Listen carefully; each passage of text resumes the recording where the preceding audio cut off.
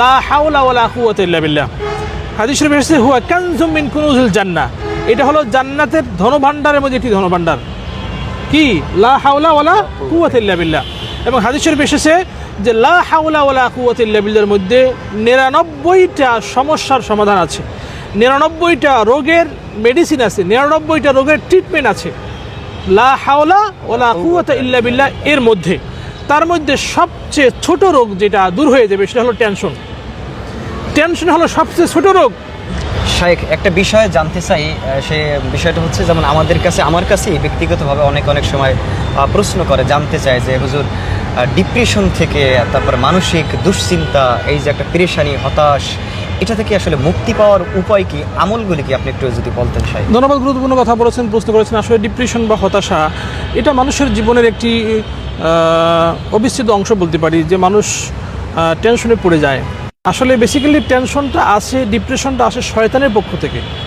শয়তান চায় যে মুমিন একটু তার অবস্থাটা খারাপ যাক, সে টেনশনে পড়ে থাক। এই জন্য টেনশন করা দরকার নেই। যখন আমার সামনে কোনো একটা চ্যালেঞ্জ চলে আসবে বা চ্যালেঞ্জের মোকাবেলা আমাকে করতে হবে, তখন সেটাকে আমি কিভাবে ওভারকাম করা যায় সে চেষ্টা করব। সাথে সাথে আল্লাহর কাছে দোয়া করব। দোয়া কিন্তু খুব গুরুত্বপূর্ণ একটি ইবাদত। যে কোনো সমস্যা সমাধানের জন্য আমি আল্লাহর কাছে বলবো, আল্লাহ আপনি আমাকে এই সমস্যা থেকে সমাধান করে দেন, আমাকে এই বিপদ থেকে মুক্ত করেন। আমি আল্লাহর কাছে দোয়া করব, সাথে সাথে আমি আল্লাহর উপরে ভরসা রাখবো, তাওয়াক্কুল করবো। আল্লাহ পাক ইরশাদ করেছেন ওয়া মান ইয়াতাওয়াক্কাল আলাল্লাহ ফাহুয়া হাসবুহু, যে ব্যক্তি আল্লাহর উপরে ভরসা রাখে আল্লাহ পাক তার জন্য যথেষ্ট হয়ে যান। আল্লাহ পাক এনাফ।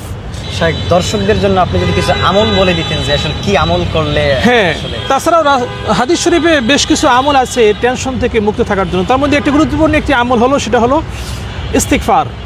বেশি বেশি ইস্তিগফার পড়া, আস্তাগফিরুল্লাহ আস্তাগফিরুল্লাহ, প্রতিনিয়ত সময় পেলে ইস্তিগফার পড়া। নামাজের আগে পড়ে, হাদিস শরীফে এসেছে কোনো ব্যক্তি যদি ফরজ নামাজের পরে 10 বার ইস্তিগফার পড়ে, তার জীবনের সমস্ত গুনাহ ক্ষমা হয়ে যায়। এমনকি তার এই নামাজের বৈঠক থেকে ওঠার আগেই তার জীবনের সকল গুনাহ ক্ষমা হয়ে যায়। অন্য হাদিস এসেছে যে ব্যক্তি ফরজ নামাজের পরে 3 বার এই ইস্তিগফারটা পড়বে, আস্তাগফিরুল্লাহ আল্লাযী লা ইলাহা ইল্লা হুয়াল হাইয়ুল কাইয়্যুম ওয়া আতুবু ইলাইহি, সেই ব্যক্তির গুনাহ যদি সমুদ্রের পরিমাণও হয় আল্লাহ পাক ক্ষমা করে দেন, সমুদ্রের ফেরা পরিমাণ হয় আল্লাহ পাক ক্ষমা করে দেন। আরেকটা আমল হলো লা হাওলা ওয়ালা কুওয়াতা ইল্লা বিল্লাহ।